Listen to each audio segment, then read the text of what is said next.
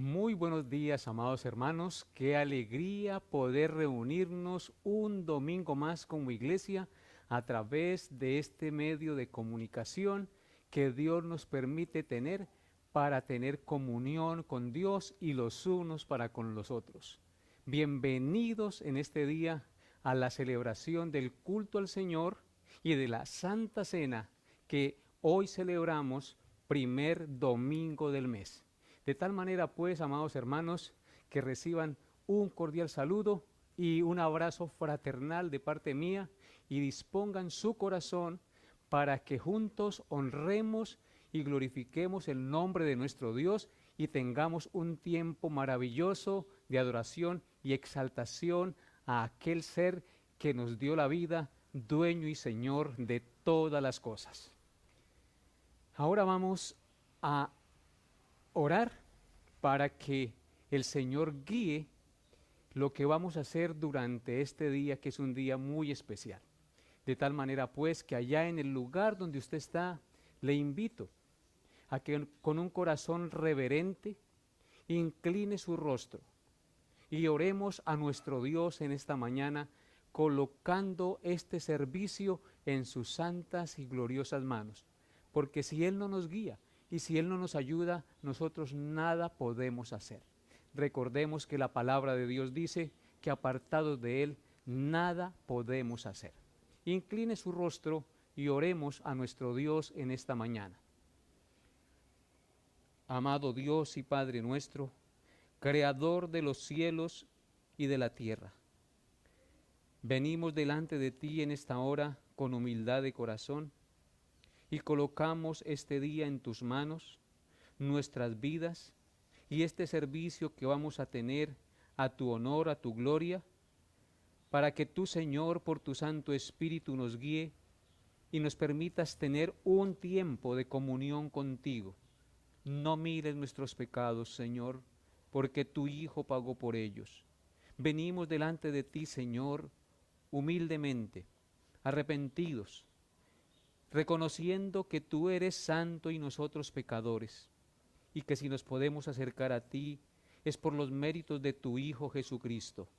Por tal motivo, Padre amado, en esta hora de la mañana, te damos gracias y te bendecimos por todas las cosas que nos has dado durante el transcurso de la semana. Gracias, Señor, por los alimentos. Gracias por la vida, por la salud, por nuestra familia, por nuestros hijos. Gracias por el techo, por el lugar que nos das para descansar, Señor. Ante ti, Padre Santo, colocamos estas cosas y te damos gracias reconociendo que tú eres quien nos las provee. Por eso recibe la gloria, la honra y el honor. Colocando, Señor, pues, nuestras vidas delante de ti, te suplicamos que hoy nos hables al corazón, que ministres a nuestro espíritu por tu santa palabra y nos permitas celebrar la Santa Cena con un corazón dispuesto y arrepentido, reconociendo tu obra perfecta y maravillosa en favor de nosotros. Te damos gracias en el nombre glorioso de Cristo, nuestro Redentor. Amén y amén. Vamos ahora, después de esta oración, a elevar un himno a nuestro Creador en esta mañana. Vamos a cantar el himno Santo, Santo, grande, eterno Dios. Dios es santo y Él es eterno y su pueblo le alaba y le glorifica y reconoce su santidad y su eternidad con este himno. Cantemos al Señor de todo nuestro corazón. Santo, santo, grande, eterno Dios.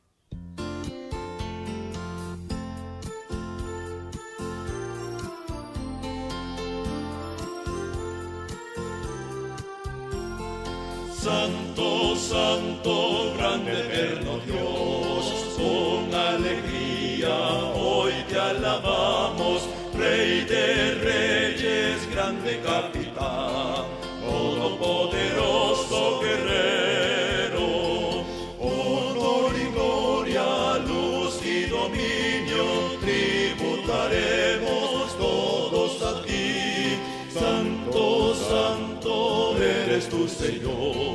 Dios de las batallas glorioso.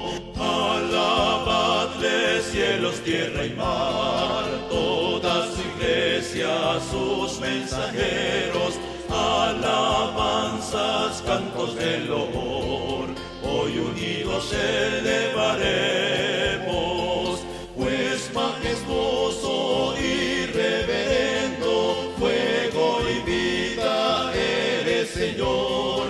Santo, santo eres tu Señor, Dios de las batallas glorioso, Rey de siglos, solo eterno Dios, veraz y justo, incomprensible, inmortal, autor de todo bien. Eres tú el anciano de días, y para siempre entonaremos el canto eterno de redención. Santo, santo eres tu Señor, Dios de las batallas glorioso. Después de haber alabado a nuestro Dios y Salvador, Creador, dueño y Señor de la vida con este himno, ahora les invito, amados hermanos, a abrir su Biblia allá en el lugar donde usted está con su familia. Tome la palabra de Dios y con reverencia y con disposición de corazón ábrala en el Evangelio de Juan, capítulo 6. Evangelio de Juan, capítulo 6. Y vamos a leer los versículos 32 hasta el 40.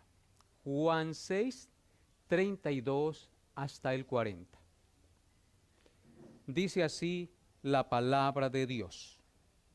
Jesús les dijo: de cierto os digo, no os dio Moisés el pan del cielo, mas mi Padre os da el verdadero pan del cielo. Porque el pan de Dios es aquel que descendió del cielo y da vida al mundo. Le dijeron: Señor, danos siempre este pan. Jesús les dijo: yo soy el pan de vida. El que a mí viene nunca tendrá hambre, y el que en mí cree no tendrá sed jamás. Mas os he dicho que aunque me habéis visto, no creéis. Todo lo que el Padre me da, vendrá a mí, y el que a mí viene, no le echo fuera. Porque he descendido del cielo, no para hacer mi voluntad, sino la voluntad del que me envió.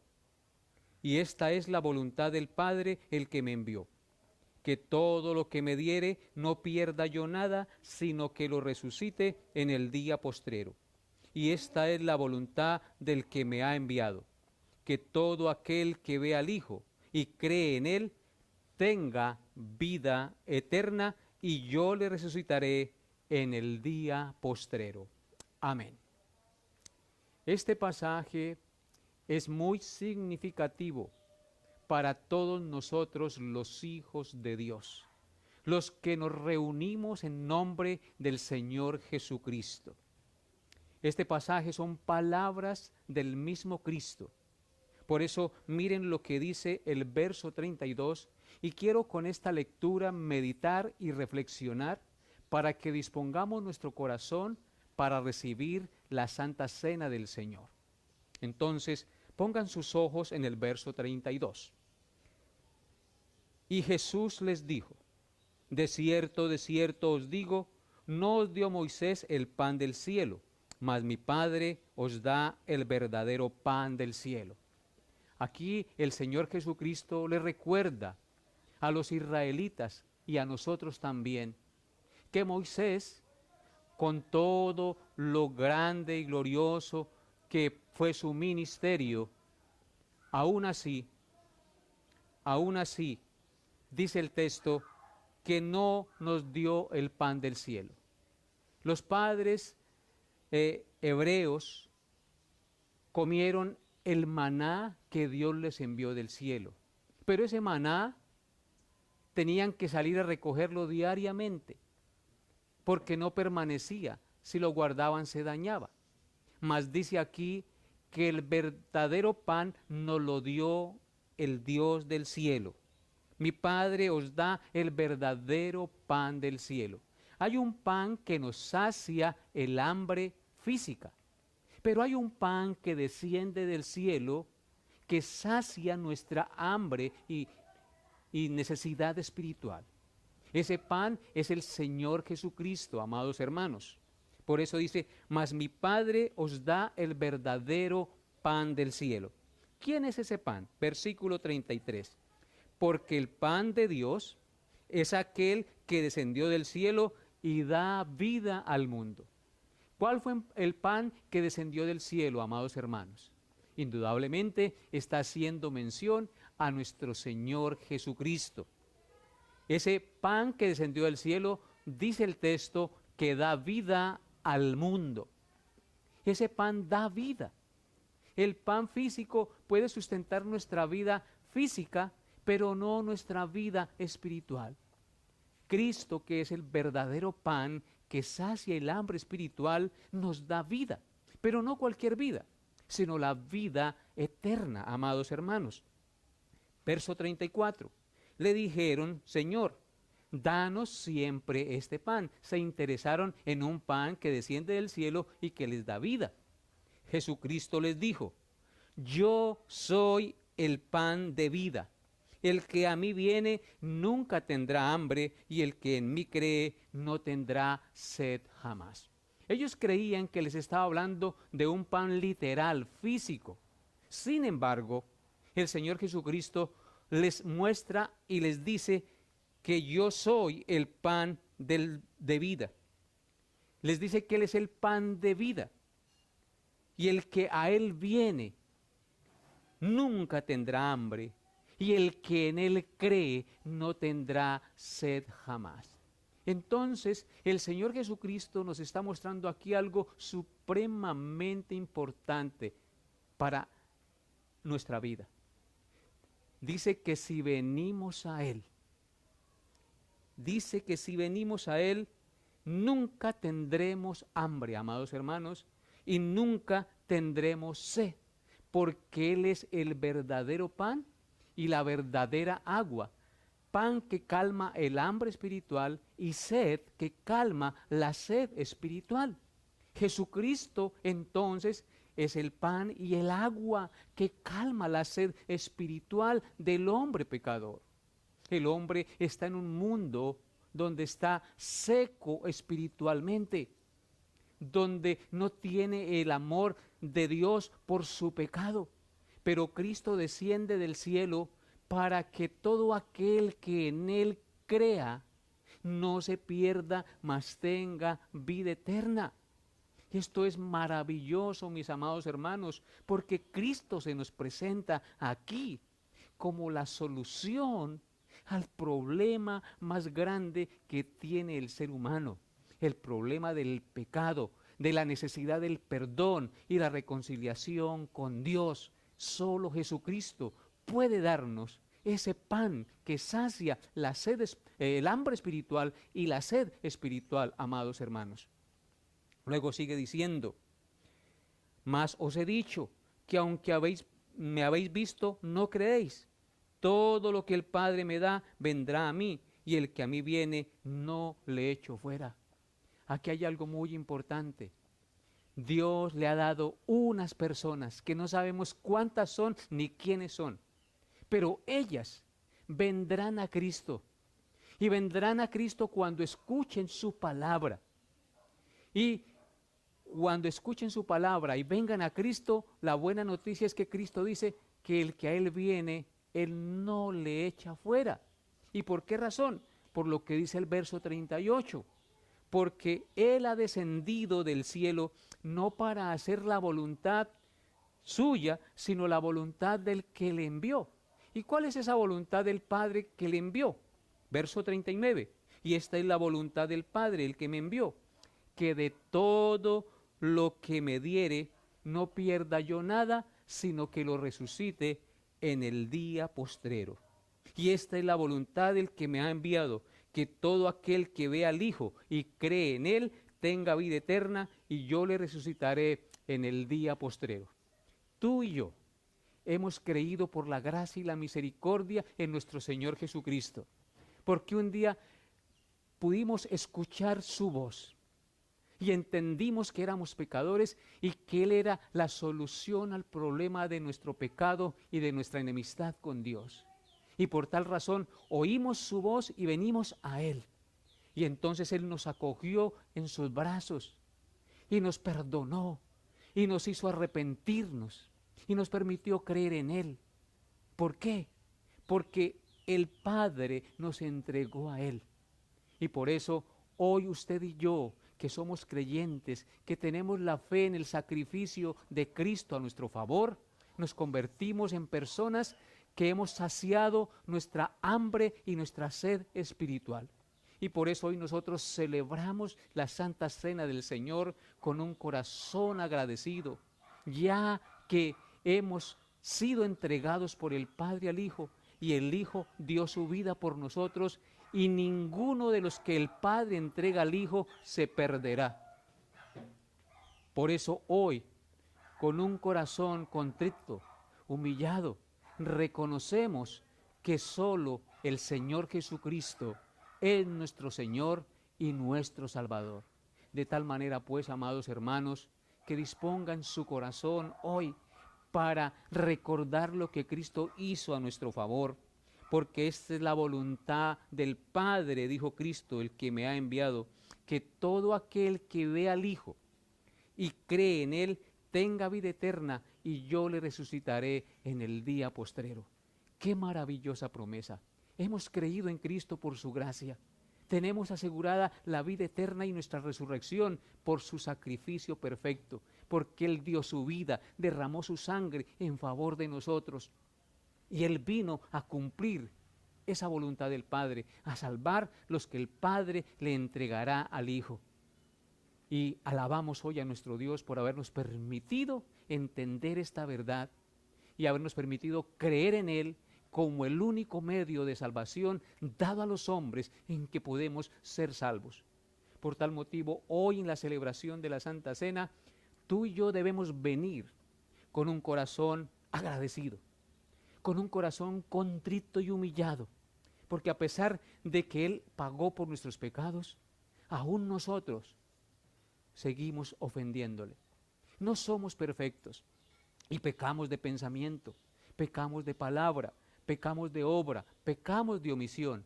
Por eso usted y yo debemos en estos momentos inclinar nuestro rostro y reconocer nuestras faltas antes de participar de la mesa del Señor. Con esta reflexión yo quería mostrarles, amados hermanos, que Cristo es la cuestión más importante de nuestra vida. Cristo es el pan de vida, Cristo es el agua de vida, Cristo es el tesoro más valioso de este mundo, y por eso nosotros como creyentes en Él recordamos de lo profundo de nuestro corazón, con el pan y con el vino, lo que Él hizo por nosotros. Por eso no podemos participar de la mesa del Señor sin arrepentimiento, sin agradecimiento, sin entender lo que Él hizo por nosotros. Incline su rostro y ahí en el lugar donde está, oremos y pidámosle perdón a Dios por nuestros pecados. Padre, yo coloco delante de ti a todos mis hermanos y sé que ellos también están en tu presencia en estos momentos, orando, clamando a ti, Señor, reconociendo sus faltas delante de tu presencia, porque a pesar de que has pagado por nosotros, no somos perfectos y nos equivocamos y pecamos contra ti cada día, por lo cual te pedimos perdón, Señor, y te suplicamos que nos laves y nos limpies de nuestra maldad, porque tu palabra dice, amado Dios, que si confesamos nuestros pecados, tú eres fiel y justo para perdonar nuestros pecados y limpiarnos de toda maldad. Por eso, amado Señor, ayúdanos, Señor, a comprender en este día que solo tú, Señor, y nada más que tú, puedes perdonarnos, y que solo caminando de tu santa mano podemos vivir una vida agradable a ti, confiados en lo que tú hiciste por nosotros, amado Señor. Ayúdanos, Padre, para que en esta mañana participemos de la Santa Cena en espíritu y en verdad, reconociendo que tú eres el único que nos puede lavar y limpiar, que tú eres el único que nos ha podido justificar delante del Padre por nuestro pecado, y que solo en ti tenemos paz para con Dios por medio de tu Santo Hijo Jesucristo, amado Dios. Ayúdanos, Padre Santo, porque si tú no lo haces, Dios, en nuestras fuerzas no podemos. Por eso nos rendimos ante ti, te pedimos perdón y te suplicamos que nos permitas tener comunión contigo en este día y que nos permita recordar con agradecimiento, con fe y arrepentimiento la obra que tú has hecho en nuestro favor, amado Dios. Porque te lo pedimos en el nombre de Cristo, yo sé que tú lo harás. Amén y amén. Antes de participar de la cena del Señor, amados hermanos, quiero recordarles 3 significados de la cena del Señor. En primer lugar, la Santa Cena es un recordatorio de lo que Jesús hizo en el pasado por nosotros. Hace 2000 años el Señor Jesucristo entregó su vida en la cruz del Calvario para que nosotros fuéramos salvos. Cuando participamos del vino y del pan, entonces estamos recordando lo que el Señor Jesucristo hizo en el pasado por nosotros. En segundo lugar, la Santa Cena es un símbolo de la realidad de nuestra comunión con Cristo. Cuando participamos de la Santa Cena, estamos recordando que tenemos comunión con Cristo, porque Él ha pagado nuestros pecados. Cuando tomamos el vino y cuando participamos del pan, estamos diciendo que Cristo pagó por nuestros pecados y que ahora tenemos comunión con Él, porque antes el pecado nos separaba de Él. Ahora somos hermanos de Cristo, somos hijos de Dios, somos coherederos de las promesas del Señor, somos herederos del reino de Dios, tenemos comunión con el Padre por la fe en el Señor Jesucristo. Y en tercer lugar, amados hermanos, la Santa Cena es una promesa de lo que Cristo hará en el futuro. ¿Qué es lo que Cristo hará en el futuro? Dios ha prometido regresar por su pueblo y llevarnos a su presencia y hacer un banquete celestial donde tomaremos la Santa Cena con Él, donde participaremos como familia de Dios en un solo cuerpo, comiendo el pan y el vino en memoria eterna de lo que Cristo hizo por nosotros. En conclusión, en la Santa Cena miramos en 3 direcciones, amados hermanos. Miramos hacia atrás, hacia lo que Cristo hizo por nosotros. Miramos hacia adentro, hacia lo que Cristo realizó en nosotros. Cambió nuestro corazón y nos dio una nueva vida. Y en tercer lugar, miramos hacia arriba, esperando su segunda venida y el cumplimiento de su promesa eterna, de que Él vendrá por segunda vez a llevarnos a la comunión con el Padre y a vivir por siempre en su reino celestial. Esto es maravilloso, hermanos, celebrar esto y recordar esto, porque son palabras verdaderas. Un día, aunque muramos, no importa que la muerte nos alcance, la muerte física, tenemos la promesa de que cuando Él regrese resucitaremos y se cumplirá en nosotros y en todos los creyentes lo que Cristo hizo en favor de nosotros, resucitarnos y llevarnos a su presencia. Alabado sea nuestro glorioso Salvador y Señor Jesucristo.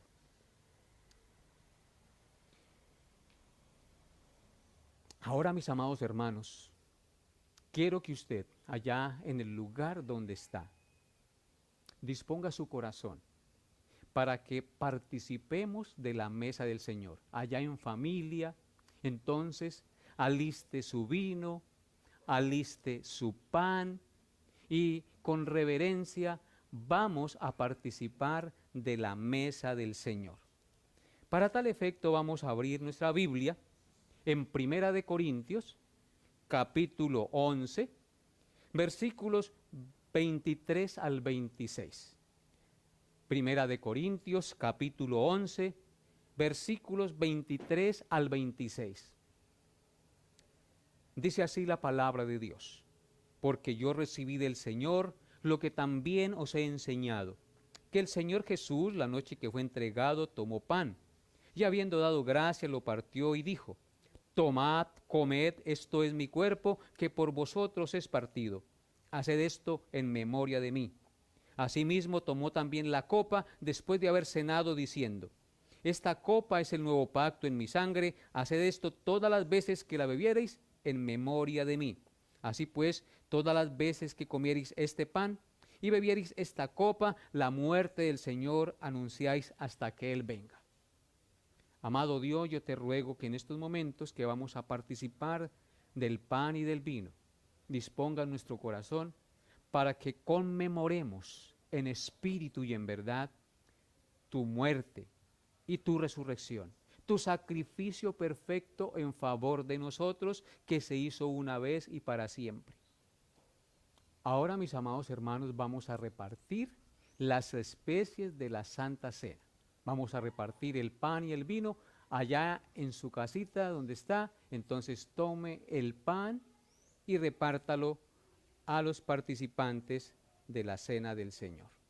Yo lo voy a repartir aquí a mi esposa, que está conmigo a mi lado, y luego a mi hija. Muy bien. Ahora vamos a repartir el vino. Primero entrego a mi esposa y ahora a mi hija, que están conmigo aquí participando de la cena del Señor.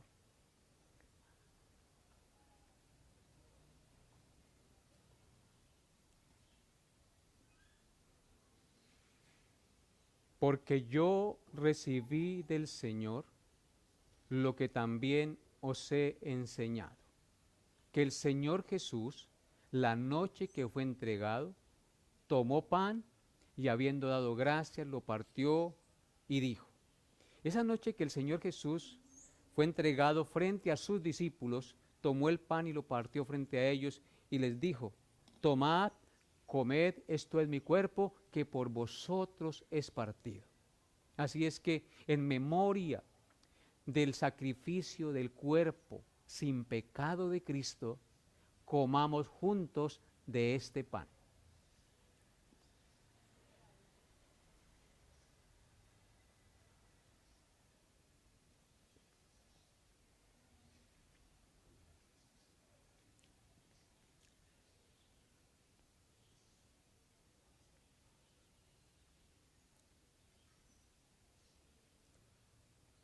Asimismo, tomó también la copa después de haber cenado, diciendo: esta copa es el nuevo pacto en mi sangre. Haced esto todas las veces que la bebiereis en memoria de mí. El Señor Jesús esa noche tomó la copa y frente a ellos la bebió. Y les dijo que esta copa era el nuevo pacto en su sangre, significando con eso que ya no hay más sacrificios y que el derramamiento de su sangre era único, suficiente, perfecto y para siempre, en memoria del sacrificio, del derramamiento de la sangre de Cristo. Bebamos juntos de esta copa.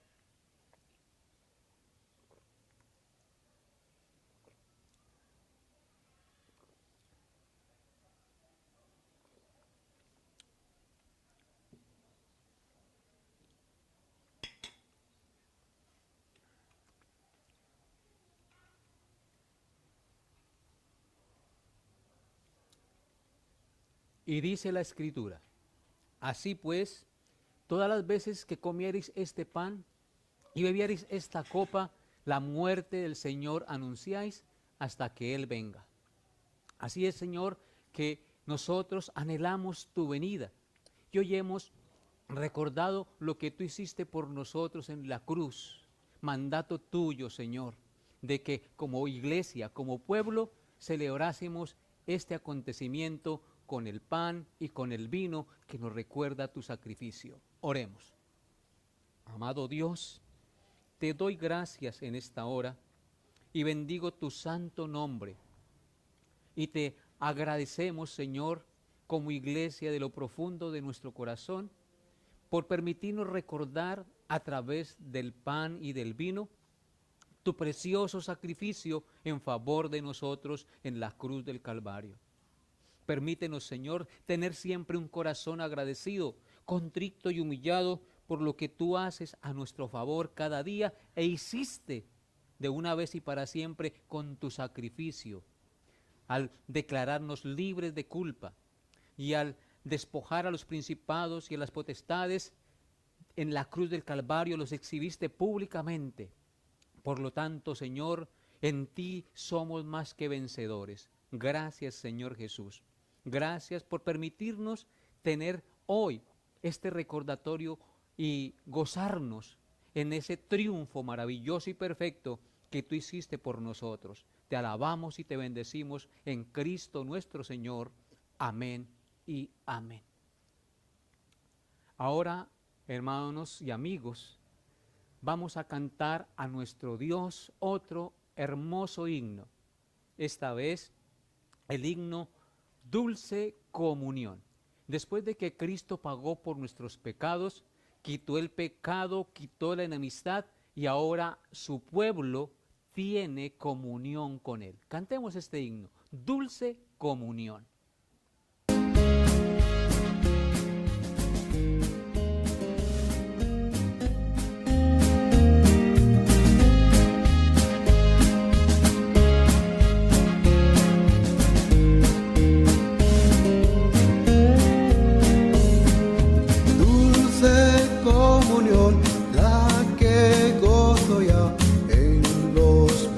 De mi Salvador, qué gran bendición en su paz me da.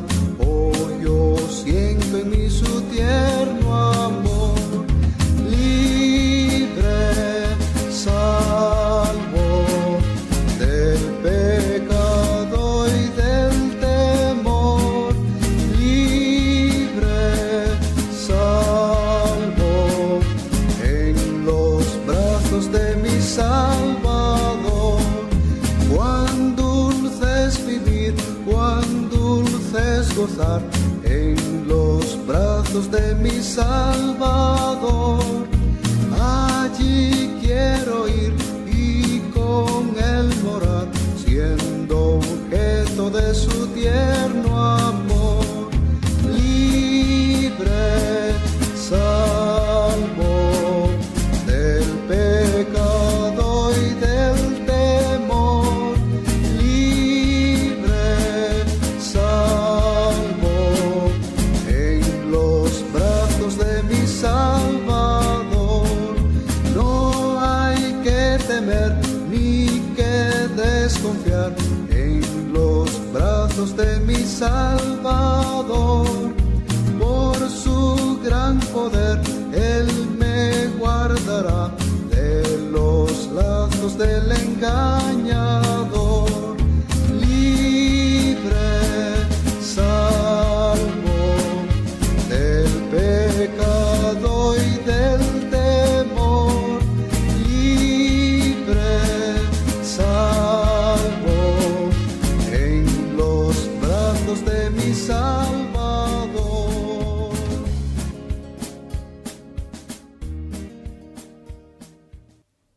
Y otra vez sigamos alabando a nuestro Dios con otro hermoso himno.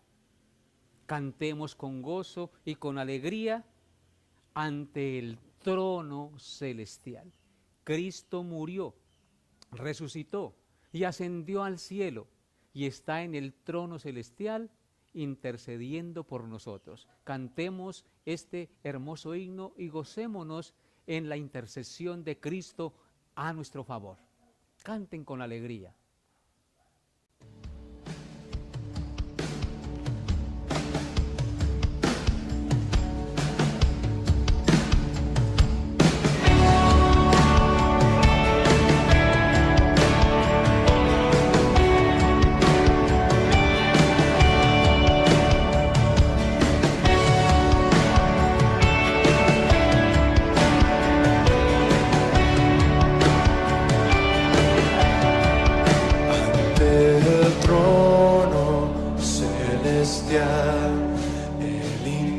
intercede hoy por mí, gran sacerdote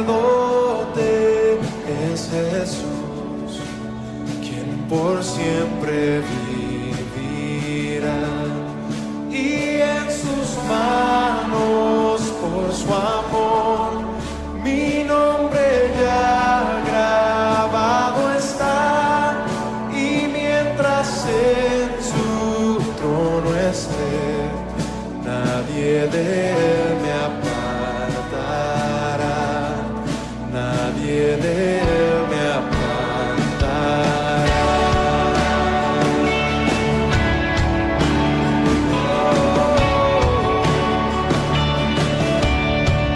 Cuando he caído en tentación y al sentir condenación,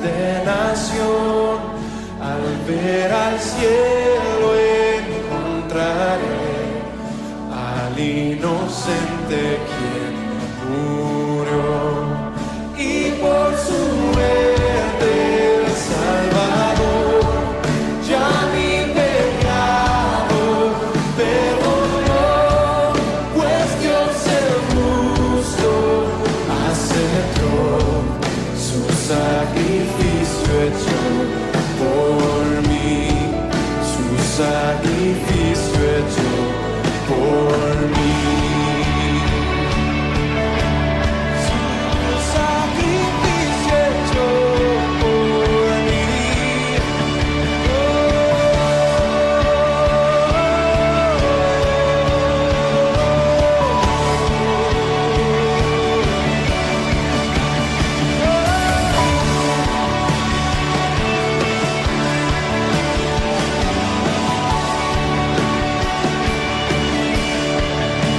Aquel Cordero Redentor, quien al morir resucitó, el inmutable gran yo soy, el Rey de gloria y majestad. Unido a él no moriré, pues con su sangre me compró.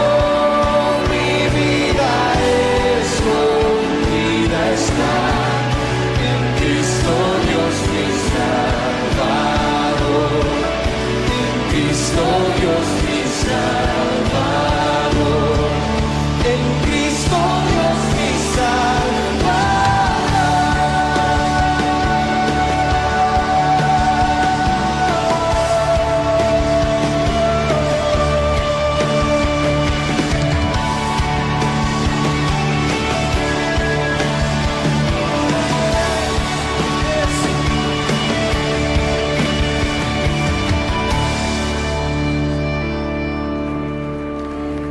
ante el trono celestial, Él intercede hoy por mí, gran sacerdote es Jesús, quien por siempre vivirá, quien por siempre vivirá, quien por siempre vivirá.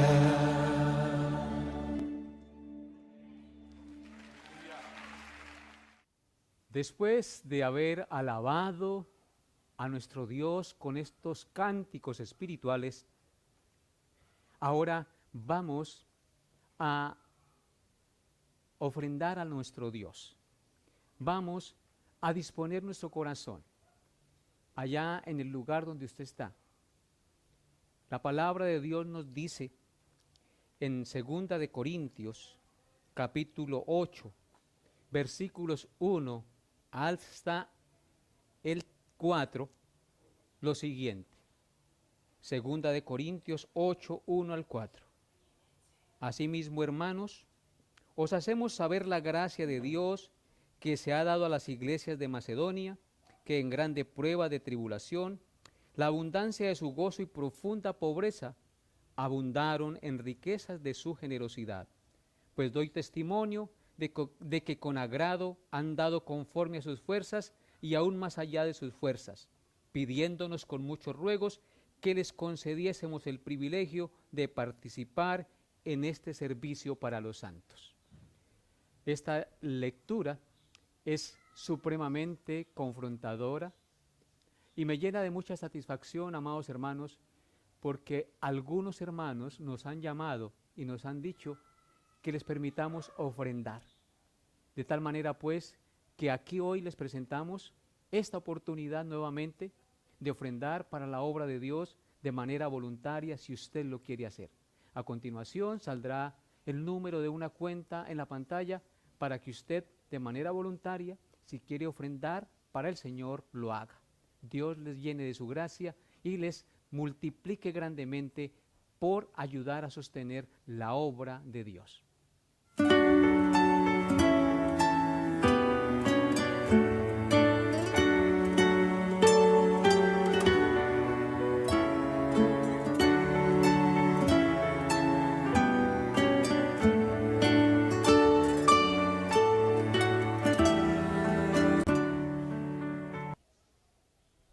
Ahora continuemos con la enseñanza de la bendita palabra de Dios.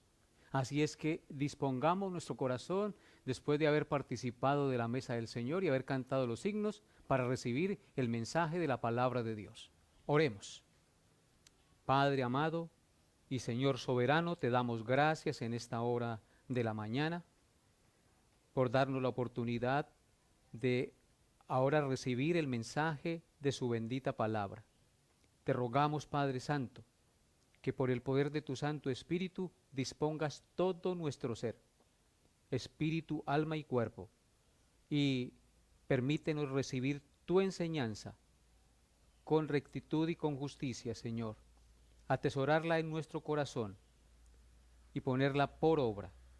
Te ruego, Padre Santo, que tomes mis palabras y que me permitas enseñar conforme a tu verdad, y que lo que enseñe y diga sea para edificación, exhortación y consolación de tu pueblo, porque solo tú lo puedes hacer, por eso te lo pedimos.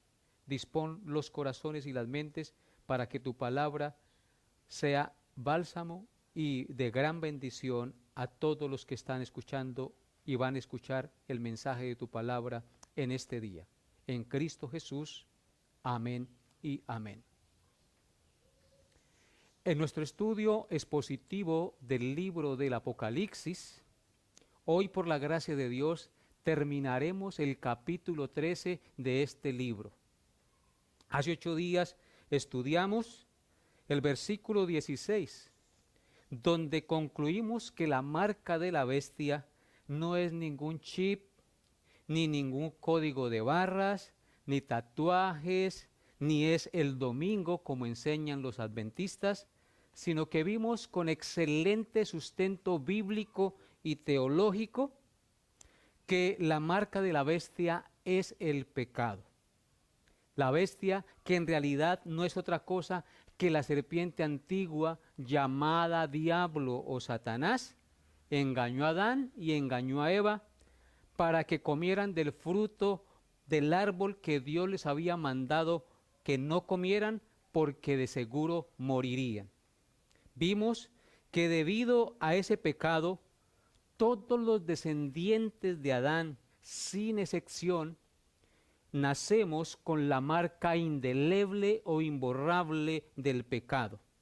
Desde el más chico hasta el más grande, todo rico, todo pobre, todo esclavo y todo libre, nacen con la marca de la bestia, es decir, con su mente y sus acciones contaminadas por el pecado.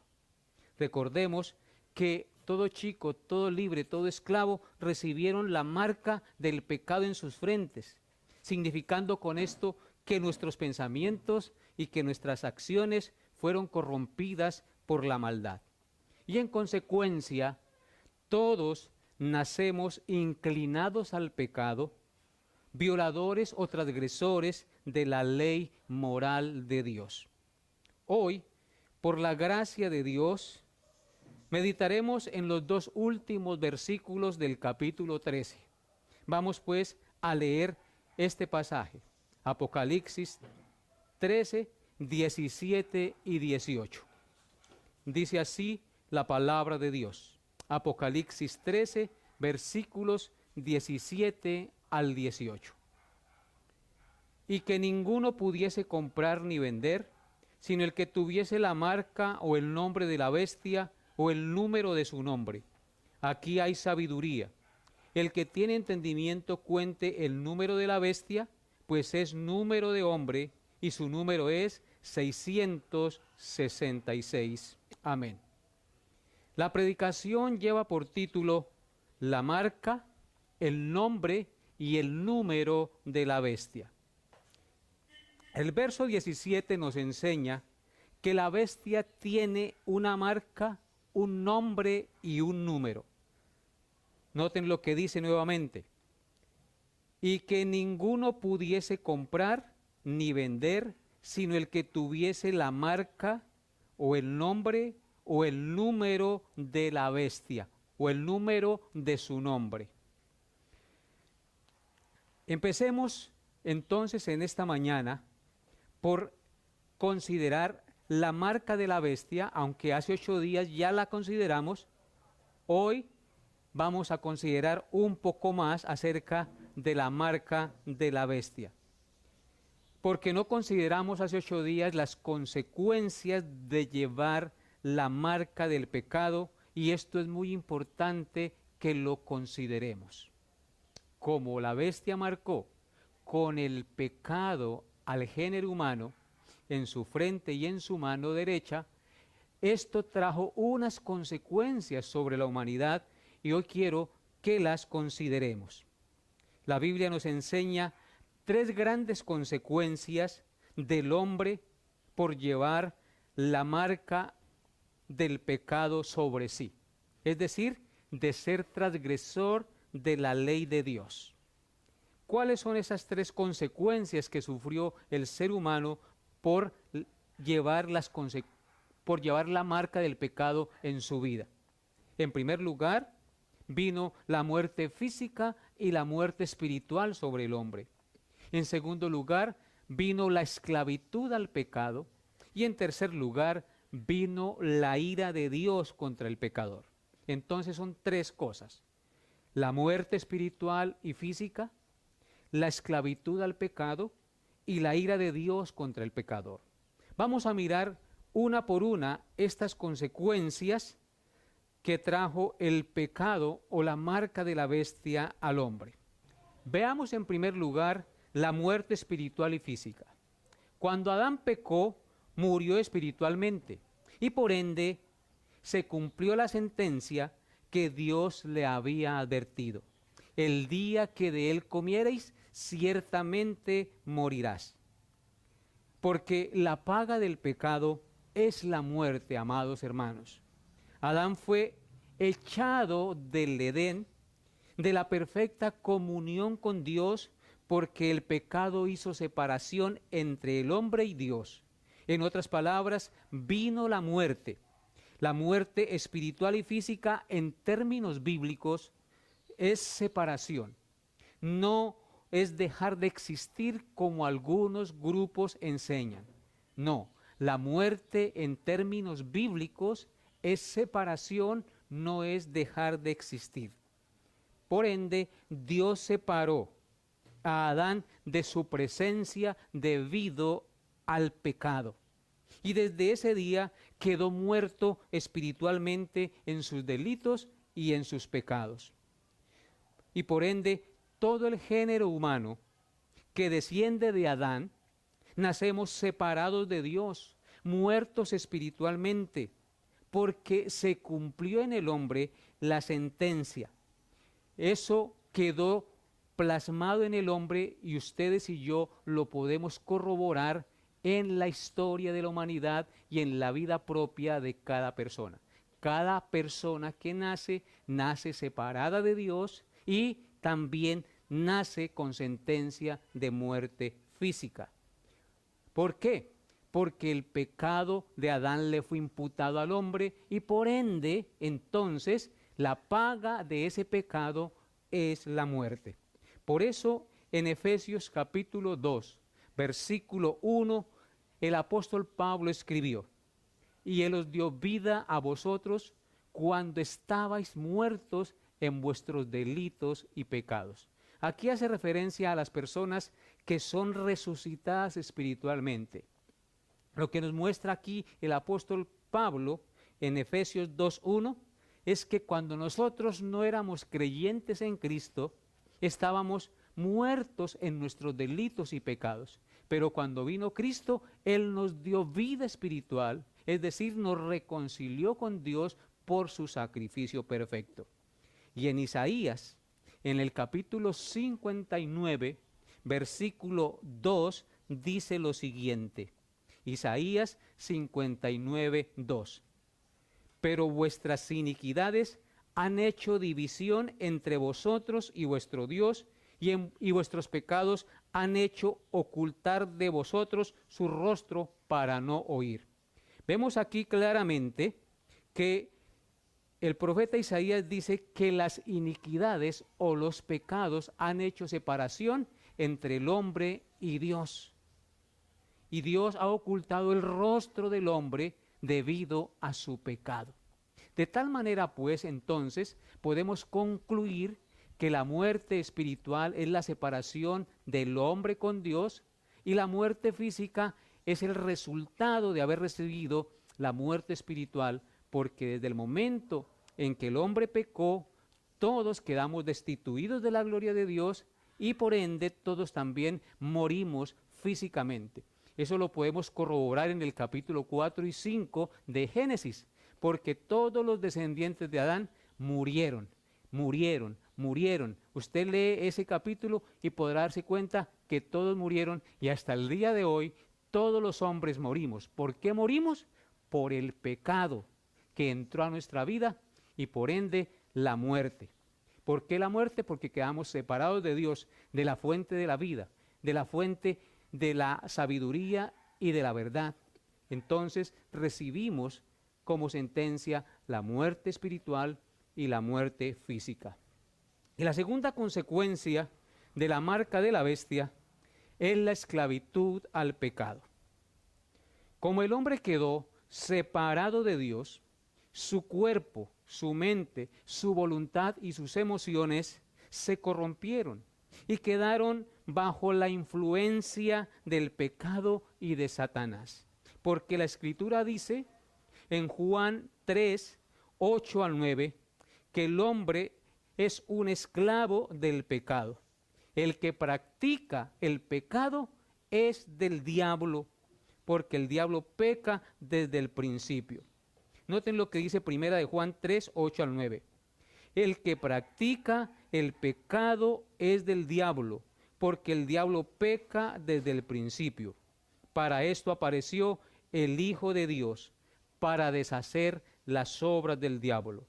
Todo aquel que es nacido de Dios no practica el pecado, porque la simiente de Dios permanece en él y no puede pecar porque es nacido de Dios. El hombre, entonces, es un esclavo del pecado. Y todo designio de los pensamientos del corazón del hombre, dice la Escritura, es de continuo solamente al mal. Todos los que nacemos de hombre y de mujer, descendientes de Adán, nacemos esclavos del pecado y nacemos también con la sentencia de la muerte física y separados de Dios, es decir, muertos espiritualmente. Es por eso que en Génesis capítulo 6, verso 5, dice la Escritura, después de que el hombre sale del huerto del Edén, y Adán y Eva tienen hijos y toda su descendencia comienza a multiplicar su descendencia sobre la tierra, en el libro del Génesis capítulo 6, verso 5, se escribió lo siguiente: y vio Jehová que la maldad de los hombres era mucha en la tierra, y que todo designio de los pensamientos del corazón de ellos era de continuo solamente al mal. ¿Qué indica esto? Que que todo el género humano es practicante del pecado, es esclavo del pecado, es de continuo solamente a lo malo. Y en Juan 8, verso 34, el Señor Jesucristo dijo, Jesús le respondió diciendo, de cierto os digo, que todo aquel que hace pecado, esclavo es del pecado. Y la tercera consecuencia de la marca de la bestia sobre el hombre es la enemistad o la ira de Dios contra el hombre. Como el hombre fue separado de Dios y quedó esclavo del pecado y del diablo, y en consecuencia el hombre quedó muerto en sus delitos y pecados, y con sentencia de muerte física, entonces eso indica que el hombre quedó bajo la ira de Dios. Todos los hombres nacemos siendo hijos de ira, dice la Biblia, y quedamos bajo el justo juicio de Dios. Noten lo que dice Salmo 7, versículos 11 al 13. Salmo 7, versículos 11 al 13. Dice así la palabra de Dios. Dios es juez justo y Dios está airado contra el impío todos los días. Si no se arrepiente, él afilará su espada. Armado tiene ya su arco y lo ha preparado. Asimismo, ha preparado armas de muerte y ha labrado saetas ardientes. Amén. Podemos ver claramente en este pasaje que nos dice claramente que Dios es un Dios justo, un juez justo, y por ende está airado contra el impío todos los días. El hombre está bajo la ira de Dios. Si no se arrepiente el hombre, él afilará su espada, dice el verso 12, y armado tiene ya su arco y lo ha preparado para darle muerte y cumplir la sentencia que él ha decretado sobre el pecador. Asimismo ha preparado armas de muerte y ha labrado saetas ardientes para llevar a cabo la ira sobre el pecador. Así es que, amados hermanos, por la Biblia entonces entendemos que la consecuencia de llevar la marca de la bestia, es decir, la marca del pecado en el hombre, trae tres graves consecuencias. ¿Cuáles son? La muerte espiritual y física. Número 2, la esclavitud al pecado. Y número 3, la ira de Dios contra el pecador. La segunda cosa que vamos a ver en esta mañana es el nombre de la bestia. Veamos entonces ahora el nombre de la bestia. Porque el verso 17 nos dice, y que ninguno pudiese comprar ni vender, sino el que tuviese la marca de la bestia, que ya lo vimos hace 8 días, y acabamos de ver las consecuencias de llevar la marca de la bestia, es decir, el pecado. Y luego dice el nombre de la bestia. Así es que consideremos entonces, en segundo lugar, el nombre de la bestia. Este punto es muy importante que lo entendamos, porque en la Biblia, por lo general, el nombre de una persona no es un simple título, sino que con frecuencia describe quién es esa persona y revela el carácter de la persona. Así es que un nombre en la Biblia no se ponía simplemente por ponerle una distinción, como pasa hoy en día, que le ponen a los hijos el nombre del futbolista de moda o del cantante de moda o el actor de cine de moda. No, en la Biblia el nombre reflejaba el carácter de la persona, reflejaba algo de lo que esa persona era o significaba. Por ejemplo, Abraham en la Biblia significa padre de muchedumbres, porque él es el padre de los creyentes en la fe. Jacob significa el que agarra por el talón o el que suplanta. Recuerden que Jacob agarró, como era mellizo, agarró del talón a su hermano porque quería salir primero para ganarle la primogenitura.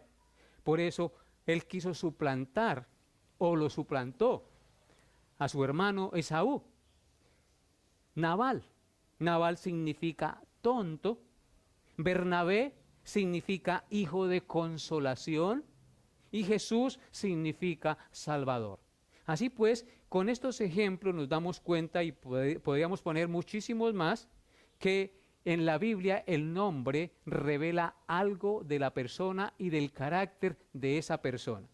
Entonces el nombre de la bestia que vamos a mirar en nuestro estudio refleja y describe el carácter de lo que realmente es este personaje. Entonces, veamos el nombre de la bestia. Apocalipsis 13, versículo 1. Apocalipsis 13, versículo 1. Vamos a descubrir aquí en este versículo el nombre de la bestia. Dice así: me paré sobre la arena del mar y vi subir del mar una bestia que tenía 7 cabezas y 10 cuernos, y en sus cuernos 10 diademas, y sobre sus cabezas un nombre blasfemo. ¿Qué nos enseña entonces ese nombre blasfemo o blasfemia acerca de la bestia? Nos enseña que todo lo que habla, enseña y profiere este personaje es contrario a Dios. Va en contra del nombre de Dios, va en contra de su ley, de sus propósitos. Por eso su nombre, su sistema, su ideología, su filosofía es mentiroso y es blasfemo contra el Dios del cielo. Nos enseña este nombre que las acciones de este personaje son totalmente corrompidos porque van en contra de Dios. Así es que el nombre de la bestia es blasfemia o blasfemo. Noten lo que dice Apocalipsis 3, versículos 5 al 6 para comprobar lo que les estoy diciendo. Porque la misma Biblia nos responde a los interrogantes. Apocalipsis 13, 5 al 6. Hablando de la bestia dice: también se le dio boca que hablaba grandes cosas y blasfemias, y se le dio autoridad para actuar 42 meses. Y abrió su boca en blasfemias contra Dios, para blasfemar de su nombre, de su tabernáculo y de los que moran en el cielo. Vemos claramente en estos 2 versículos lo que hizo y hace la bestia con su boca. Dice que se le dio boca, en el verso 5, que hablase grandes cosas. Esa palabra grandes cosas significa hablar con arrogancia, con altivez. Y blasfemias, no solamente hablaba con altivez, sino hablaba blasfemias. Y se le dio autoridad para actuar 42 meses. Nosotros sabemos que 42 meses hace referencia al periodo entre la primera venida de Cristo y la segunda venida de Cristo. Y luego dice en el verso 6, y que esta bestia abrió su boca en blasfemias contra Dios. O sea que está haciendo alarde y honor a su nombre, porque la boca, como él se llama, o como esa bestia se llama blasfemia, entonces lo que sale de sus labios, de su boca, son blasfemias contra Dios, para blasfemar de su nombre, de su tabernáculo y de los que moran en el cielo. El tabernáculo hace referencia a la iglesia y habla de los santos que están en el cielo. Así es que aquí podemos ver en este nombre de blasfemia reflejada el carácter de este individuo, de este personaje que menciona aquí la Escritura. Ahora miremos lo que dice San Juan, capítulo 8, versículo 44. San Juan 8, 44. Dice así: vosotros sois de vuestro padre el diablo, y los deseos de vuestro padre queréis hacer. Él ha sido homicida desde el principio, y no ha permanecido en la verdad, porque no hay verdad en él. Cuando habla mentira, de suyo habla, porque es mentiroso y padre de mentira. Vemos aquí claramente en este pasaje que el diablo solamente habla mentiras, blasfemias contra Dios, porque cuando habla, de suyo habla, dice el texto, porque es mentiroso y padre de mentira. El enemigo de Dios, la bestia, nunca ha hablado la verdad, y todo lo que ha enseñado y proferido con sus labios es en contra de Dios, es en contra de su ley, es en contra de su pueblo, en contra de sus propósitos. Por eso, todo lo que él forja, su nombre, su sistema, su ideología, su filosofía, son mentiras y blasfemias contra Dios y sus propósitos santos. Y ahora noten lo que dice Génesis 3 del 1 al 5. Génesis 3 del 1 al 5. Dice así la palabra de Dios. Pero la serpiente era astuta, más que todos los animales del campo que Jehová Dios había hecho, la cual dijo a la mujer, con que Dios os ha dicho, no comáis de todo árbol del huerto. La mujer respondió a la serpiente, del fruto de los árboles del huerto podemos comer, pero del fruto del árbol que está en medio del huerto, dijo Dios, no comeréis de él ni le tocaréis, para que no muráis. Entonces la serpiente dijo a la mujer, no moriréis, sino que sabe Dios que el día que comáis de él, serán abiertos vuestros ojos y seréis como Dios, sabiendo el bien y el mal. Vemos aquí entonces el primer registro bíblico de la blasfemia de la bestia contra Dios. Cuando Adán y Eva fueron puestos en el huerto del Edén, dice el texto en el verso 1, que la serpiente era astuta. La serpiente, tipificando a la serpiente, dice que era astuta más que todos los animales del campo que Jehová Dios había hecho, la cual dijo a la mujer, va a abrir su boca en primer registro bíblico para blasfemar contra Dios. ¿Qué dijo? Con que Dios os ha dicho, no comáis de todo árbol del huerto. Esto es una blasfemia, porque sus labios fueron abiertos para poner en duda la palabra de Dios que Dios había dicho a Adán y a Eva. ¿Por qué razón? Porque vemos aquí que ella dice, con que Dios os ha dicho. Es decir, no puedo creer que Dios les haya dicho que no coman de todo árbol del huerto. Esto le parece increíble a ella, pero es una pregunta capciosa y mentirosa para poner en duda la palabra de Dios en el corazón de Eva y de Adán. Por eso el texto dice en el versículo 2, y la mujer respondió a la serpiente, entabla conversación con la serpiente y dijo, del fruto de los árboles del huerto podemos comer, pero del fruto del árbol que está en medio del huerto, dijo Dios, no comeréis de él ni le tocaréis para que no muráis.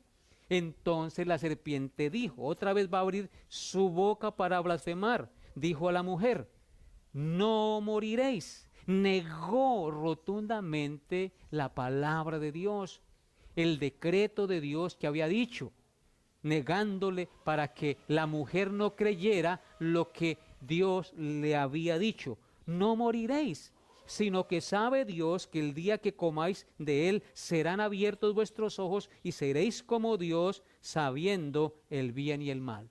En otras palabras, la serpiente les dijo que Dios los estaba engañando y que no les estaba permitiendo desarrollar su libre derecho de la personalidad. En otras palabras, eso fue lo que les trató de decir. Dios los está engañando, no quieren que ustedes surjan, Él los quiere tener esclavos y por eso les ha prohibido comer del árbol del conocimiento del bien y del mal. Abrió su boca en blasfemias contra Dios. En consecuencia, amados hermanos,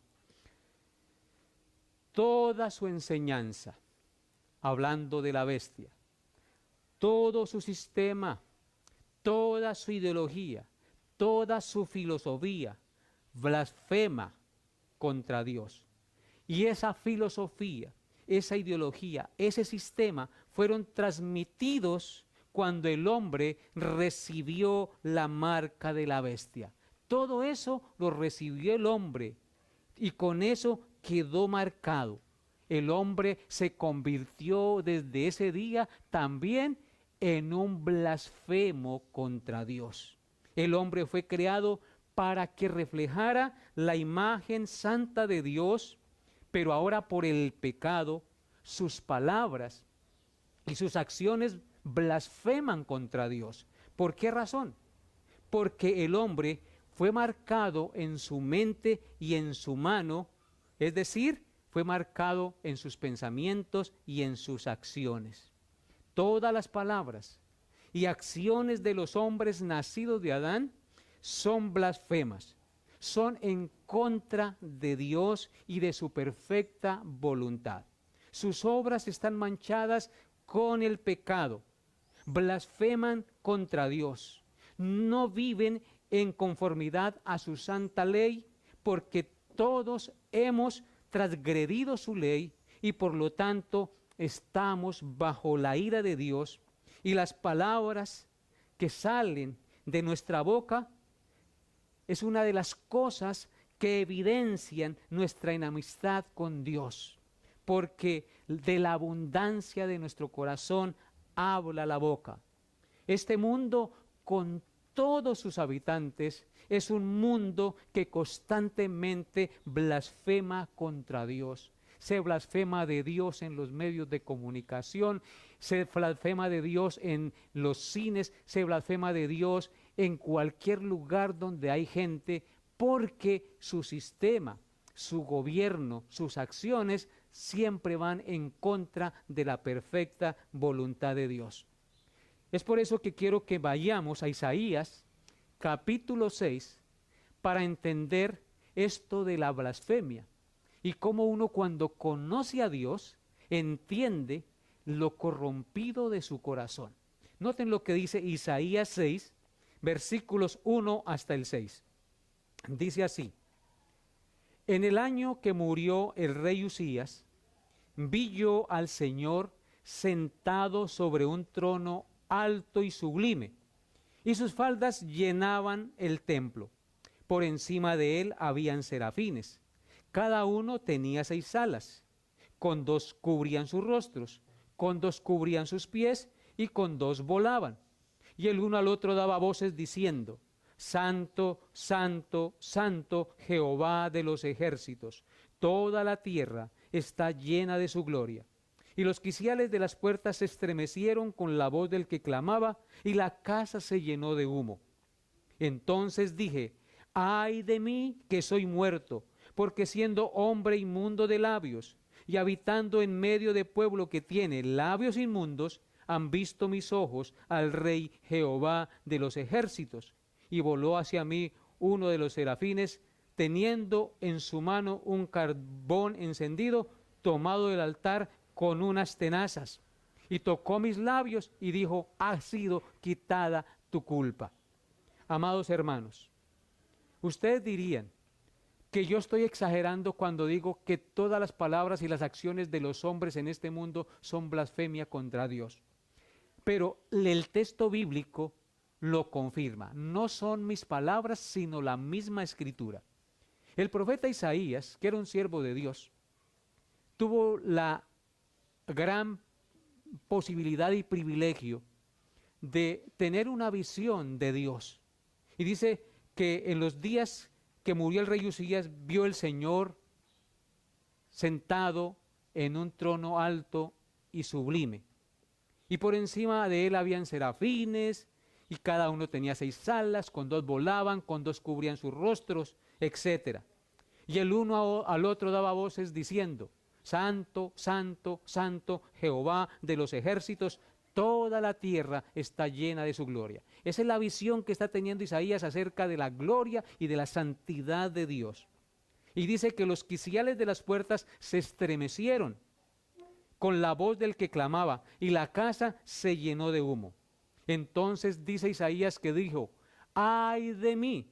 Cuando entendió la santidad de Dios, cuando entendió la gloria de Dios, dijo, ¡ay de mí!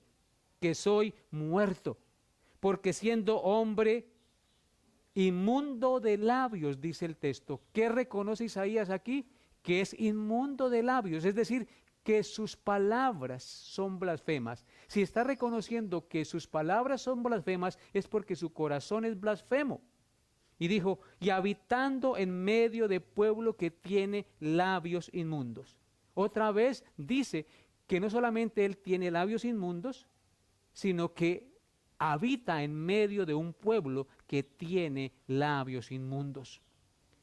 Hace énfasis y refiere su pecado a sus palabras, a sus labios. ¿Por qué? Porque todo nuestro ser se corrompió. Y como llevamos la marca de la bestia, que es el pecado, y el nombre de la bestia es blasfemia, entonces todos los que fuimos marcados con el pecado o con la marca de la bestia, también nuestras palabras, nuestras acciones y nuestro ser es blasfemo contra Dios. Suena duro decirlo, pero es la verdad. Este mundo constantemente blasfema contra Dios, porque el texto que leímos anteriormente del Salmo dice que Dios está airado contra el impío todos los días. Entonces, amados hermanos, los habitantes de este mundo tienen labios blasfemos porque llevan en cierta manera impresos en su vida el nombre de la bestia, es decir, blasfemia en su corazón y en sus palabras, porque de la abundancia del corazón habla la boca. Y en tercer lugar, veamos el número de la bestia. Apocalipsis 13, 17 al 18. Ya hemos mirado la marca de la bestia, hemos mirado el nombre de la bestia, ahora miremos el número de la bestia. Apocalipsis 13, 17 al 18. Dice, y que ninguno pudiese comprar ni vender, sino el que tuviese la marca, ya la vimos, o el nombre de la bestia, ya lo vimos, o el número de su nombre. Eso es lo que vamos a ver a continuación. Y dice en el verso 18, aquí hay sabiduría. El que tiene entendimiento cuente el número de la bestia, pues es número de hombre, y su número es 666. El texto dice que el número de la bestia es número de hombre, y que ese número de hombre, que es el número de la bestia, es el número 666. Y advierte, aquí hay sabiduría. El que tiene entendimiento, cuente el número, pues es número de hombre. ¿Cuál es ese número o nombre de la bestia mejor? ¿Cuál es ese nombre de la bestia? Nosotros ya vimos el nombre de la bestia. ¿Cuál es el nombre de la bestia? Blasfemia, ¿cierto? ¿Cuál es el número de su nombre? Dice el texto que es 666. Entonces ya tenemos el nombre de la bestia, que es blasfemia, y ya tenemos el número de la bestia o de su nombre, que es el 666. Las versiones de la Biblia, como la Biblia de las Américas, como la Nueva Traducción Viviente, la Nueva Versión Internacional, la Biblia de Jerusalén y otras, hacen un poco más entendible esta expresión número de hombre, porque traducen no número de hombre, sino en lugar de número de hombre traducen número de un hombre. Número de un hombre. Aquí la Biblia Reina Valera traduce número de un hombre. número de hombre, perdón. Y en las versiones bíblicas que les mencioné se traduce número de un hombre. Por ejemplo, noten lo que dice la Biblia de las Américas. Dice así: aquí hay sabiduría, verso 18. El que tiene entendimiento, que calcule el número de la bestia, porque el número es de un hombre, y su nombre es 666. ¿Por qué hago énfasis en esto? Porque cuando hablamos número de hombre, hace como más énfasis a un número, a los nombres en general de los hombres. Número de hombre, haciendo mención a números de hombres en general. Pero cuando dice número de un hombre, está refiriéndose a un hombre como tal. Basándonos en la traducción de estas Biblias, entonces, podemos decir que ese número es el número de un hombre en particular. La pregunta es, ¿cuál es ese hombre? Porque si la Biblia enseña que es el número de un hombre, la pregunta es, ¿cuál es ese hombre? Indudablemente, amados hermanos, no es ni Nerón, no es ni Domiciano, no es el Papa, no es Hitler, no es Gorbachev, no es Obama, no es ninguno de aquellos que durante mucho tiempo han dado como que fuera el número de la bestia, refiriéndose a esos hombres. Ese hombre, amados hermanos, es Adán. Vuelvo y lo repito, ese hombre indudablemente es Adán. ¿Por qué razón? Debido a que el 6 es el número que antecede al 7, el cual a menudo significa plenitud en las Escrituras. El 7 significa plenitud, perfección. El 6 representa algo incompleto, algo que no es pleno. Entonces, el 6 tipifica algo incompleto, algo que no es pleno, algo que no tiene plenitud.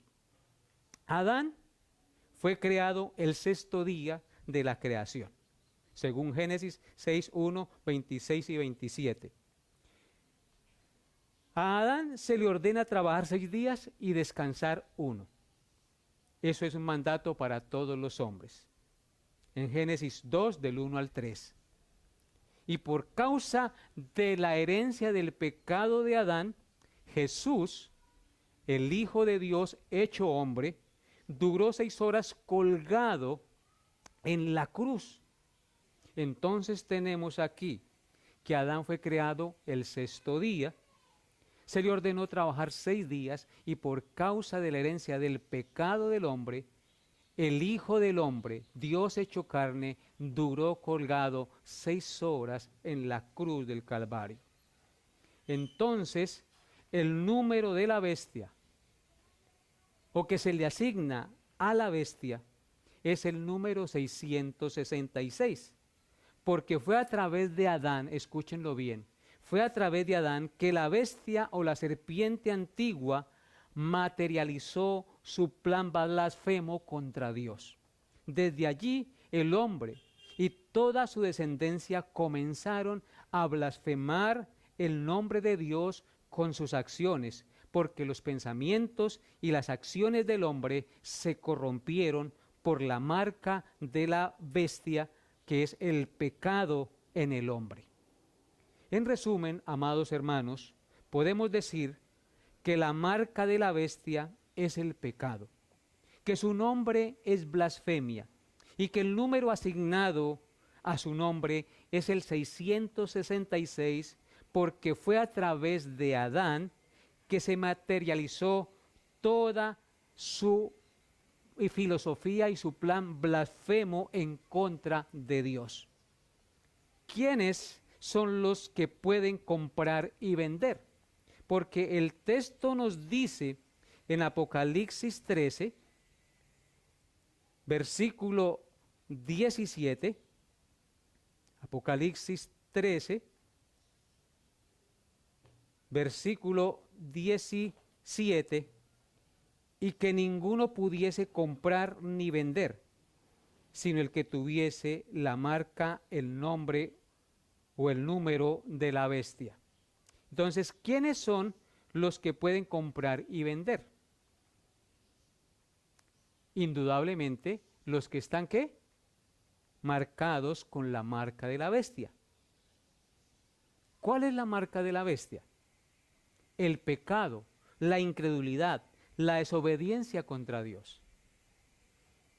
Entonces, ¿quiénes pueden comprar y quiénes pueden vender? La respuesta es todos, porque todos nacemos marcados con la marca de la bestia, que es el pecado. Cuando el texto habla de comprar y de vender, habla del gran pecado en que ha caído la humanidad, y es el pecado del materialismo, amados hermanos. La humanidad gira alrededor del materialismo, del amor al dinero, del poder, de la avaricia, de la inmoralidad y de los placeres de la carne. Y se han olvidado de Dios, de su Creador, y solo giran alrededor de ellos mismos. Así gira la humanidad en este mundo. Ha caído en el pecado del materialismo. ¿Por qué razón? Porque ha quedado marcado con la marca de la bestia el mundo en general. Ellos llevan el pecado impreso.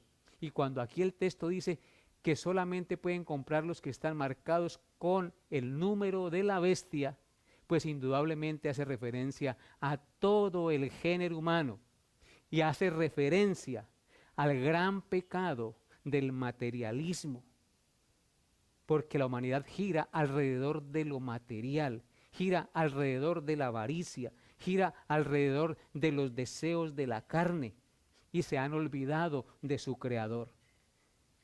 Por supuesto, mis amados hermanos, que Dios quiere que trabajemos, Dios quiere que compremos, Dios quiere que tengamos nuestras cosas, y Dios quiere que disfrutemos de nuestra vida sexual. Pero dentro de sus leyes y de sus estatutos, es decir, dentro de su marco establecido en su bendita palabra.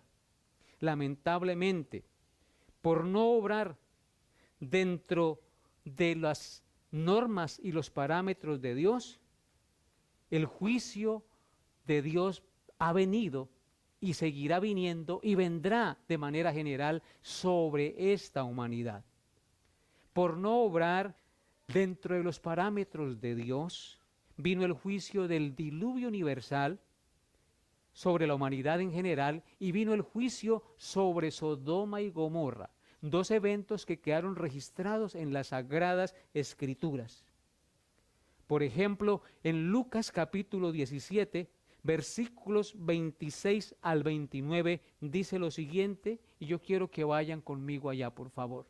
Lucas 17, 26 al 29 dice: como fue en los días de Noé, así también será en los días del Hijo del Hombre. Comían, bebían, se casaban y se daban en casamiento, hasta el día en que entró Noé en el arca, y vino el diluvio y los destruyó a todos. Asimismo, como sucedió en los días de Lot, comían, bebían, compraban, vendían, plantaban y se edificaban y se daban en casamiento. Mas el día en que Lot salió de Sodoma, llovió del cielo fuego y azufre y los destruyó a todos. Vemos aquí que uno de los pecados, o de los muchos pecados por los cuales vino el juicio sobre Sodoma y Gomorra y sobre los habitantes del tiempo del diluvio universal, fue el comercio, fue el materialismo, porque dice, como en los días de Noé, así también será en los días del Hijo del Hombre. O sea, que ese mismo pecado se ha mantenido en la humanidad. comían, bebían, se casaban y se daban en casamiento. ¿Acaso es pecado comer? ¿Acaso es pecado beber? ¿Acaso es pecado casarse? No, amados hermanos. Aquí nos está hablando de estas cosas que hacía la gente. El problema con estas cosas que menciona aquí el texto bíblico es que las hacían no para la gloria de Dios. Ellos comían no para la gloria de Dios, bebían no para la gloria de Dios y se casaban no para la gloria de Dios. Es decir, vivían para ellos mismos y se habían olvidado de Dios. Y en el verso 28 pasó lo mismo en Sodoma y Gomorra. Dice, así como en los días de Lot, comían, bebían, compraban, vendían, plantaban, edificaban. Mas el día que Lot salió de Sodoma, llovió del cielo fuego y azufre y los destruyó a todos. ¿Qué pasó en los días de Lot cuando Dios destruyó a Sodoma y Gomorra? Era una población, era una gente que solo pensaba en lo material, en las cosas de este mundo. Dice que bebían y comían no para la gloria de Dios. No es que sea pecado comer y no es que sea pecado beber. Es pecado comer y es pecado beber cuando lo hacemos no para la gloria de Dios. Luego dice que compraban, vendían y plantaban y edificaban. 4 cosas: compraban, vendían, plantaban y edificaban. Comercio, comprar, vender. ¿Qué dice Apocalipsis 13:17? Y que ninguno pudiera comprar y vender. Aquí dice que compraban, vendían, plantaban y edificaban. ¿Acaso es pecado comprar? ¿Acaso es pecado vender? ¿Acaso es pecado edificar? No. El pecado está cuando hacemos estas cosas y no tenemos en cuenta a Dios. Cuando no compramos para la gloria de Dios, cuando no vendemos para la gloria de Dios, cuando no edificamos para la gloria de Dios. Dios indudablemente quiere que compremos y vendamos. Quiere que nos casemos y quiere que edifiquemos, que progresemos. Pero todas esas cosas quiere que las hagamos dentro de sus parámetros y de sus normas. ¿Por qué vino el juicio contra los habitantes del diluvio? ¿Y por qué vino el juicio contra los habitantes de Sodoma? Porque hacían estas cosas no para la gloria de Dios. Hacían esas cosas solo basados en su egoísmo, solo basados en su avaricia, solo basados en su codicia y en la ambición de su perverso corazón, sin tener en cuenta a su Creador. Dios nos ordenó trabajar, pero no que fuéramos esclavos del trabajo. Es bueno trabajar, pero el pecado, el trabajo se convierte en un pecado cuando no cumplimos con la norma establecida por Dios. Dijo el Señor, 6 días trabajarás y harás toda tu obra, pero el 7º es reposo para Jehová tu Dios. Cuando trabajamos de 6 a 12 de la noche y trabajamos los 7 días de la semana, no estamos trabajando para la gloria de Dios. Estamos trabajando para amontonar, estamos siendo esclavos del trabajo, estamos sirviéndole a algo que es material y no estamos teniendo en cuenta las normas de Dios. Dios no quiere que seamos esclavos del trabajo. El Señor ordenó que trabajáramos, pero que no fuéramos esclavos del trabajo. Dios ordenó que pudiéramos comerciar, pero que no fuéramos esclavos de los negocios, que no nos llenáramos de avaricia queriendo acumular y tener y tener. Dios quiere que trabajemos, Dios quiere que ganemos, pero que no seamos esclavos del dinero ni codiciosos de las cosas materiales, amados hermanos. Eso es lo que nos enseña este texto. Solo el Señor Jesús puede quitarnos la marca del pecado. Dios quiere que hagamos las cosas para su gloria. Dios quiere que edifiquemos, que compremos, que vendamos para su gloria. Entonces, si usted pone sus ojos en el verso 17 y dice, y que ninguno pudiese comprar ni vender, sino el que tuviese la marca o el nombre de la bestia o el número de su nombre, entonces Los que tienen la marca, que son los que pueden comprar y vender, entonces compran y venden y comercian no para la gloria de Dios. Pero cuando Cristo viene a nuestra vida y cambia nuestra mente y cambia nuestro corazón, entonces indudablemente en nosotros debe haber un cambio y una transformación. Ya no somos esclavos del trabajo. Trabajamos porque somos excelentes trabajadores, pero trabajamos dentro de las normas que Dios ha establecido. Compramos y comerciamos, pero ya no seremos esclavos del comercio. Trabajaremos sin ser codiciosos y avaros. Viviremos y estaremos satisfechos con lo que Dios nos dé. Si Dios nos da X sueldo, démosle gracias a Dios por ese sueldo que estamos ganando. Si Dios nos da algunas cosas, estemos contentos con eso y no deseemos tener más y más, porque eso es avaricia, amados hermanos. Eso es tener la marca de la bestia en nosotros, contentos con lo que tenemos ahora, porque el Señor dijo, no te desampararé ni te dejaré. Y si nosotros queremos vivir para la gloria de Dios y que todas nuestras acciones, tanto en nuestra vida material, en nuestro matrimonio, en nuestro negocio, en nuestro trabajo, glorifiquen y honren a Dios, tenemos que venir a Jesucristo. Solo el Señor Jesucristo puede quitarnos la marca de la bestia, es decir, el pecado, lavarnos de nuestra maldad. Solo Jesús puede lavarnos de nuestro egoísmo, de nuestra avaricia. Solo el Señor Jesús, en consecuencia, puede reconciliarnos con el Padre y presentarnos justos y sin mancha delante de Él. Es por eso que Él dijo en San Juan 10, 9 al 10, yo soy la puerta, el que por mí entrare, entrará y será salvo, y hallará pastos. El ladrón no viene sino para hurtar, matar y destruir. Yo he venido para que tengan vida y para que la tengan en abundancia. Eso es lo que nos promete el Señor. Él es la puerta, y el que entra por Él será salvo, entrará y hallará pastos. Porque el ladrón, que hace referencia a Satanás, a la bestia, no vino sino para hurtar, matar y destruir, pero Él ha venido para que tú y yo tengamos vida y vida en abundancia. Por tal razón, ven hoy a Jesucristo, porque la Escritura dice que Dios muestra su amor para con nosotros, en que siendo aún pecadores, Cristo murió por nosotros, pues mucho más estando ya justificados en su sangre, por Él seremos salvos de la ira de Dios. Solo el Señor Jesucristo nos puede librar de la ira de Dios.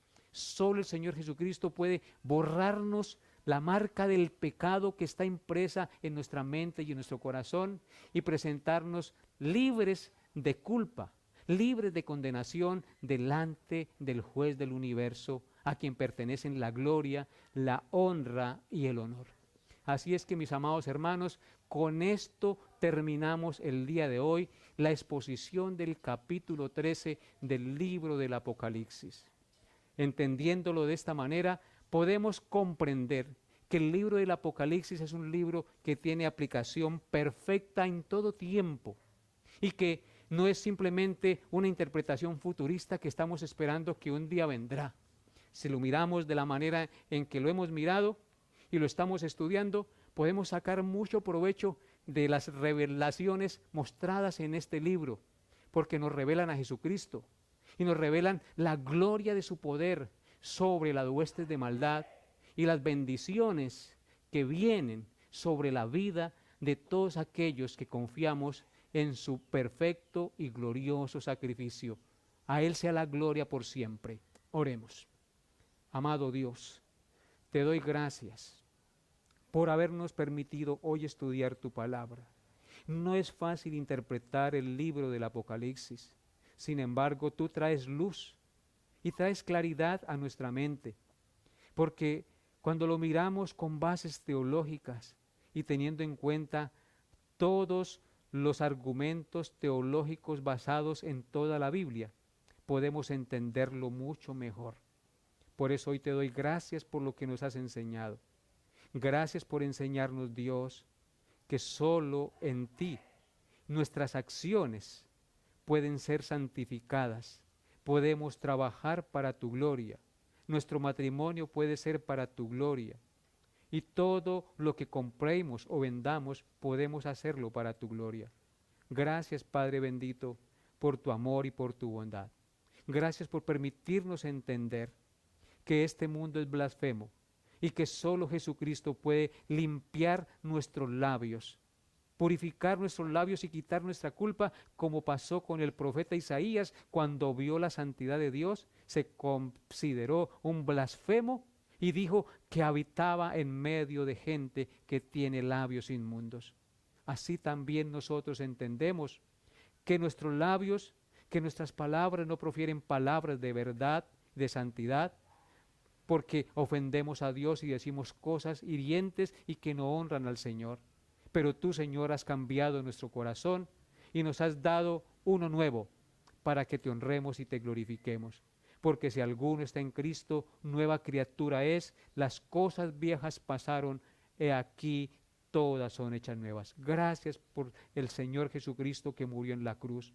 Y gracias por tu palabra que nos hace libre y nos muestra el camino por donde hemos de andar. En Cristo Jesús, Señor nuestro. Amén y amén. Que el Señor les bendiga y les llene de su gracia, amados hermanos. Y quiero despedirme de todos ustedes con la bendición pastoral. Que la paz de Dios, que sobrepasa todo entendimiento, guarde sus corazones y sus pensamientos en Cristo Jesús. Dios les llene de su gracia y los guarde durante toda la semana. Nos vemos, Dios mediante, el próximo domingo. Bendiciones a todos.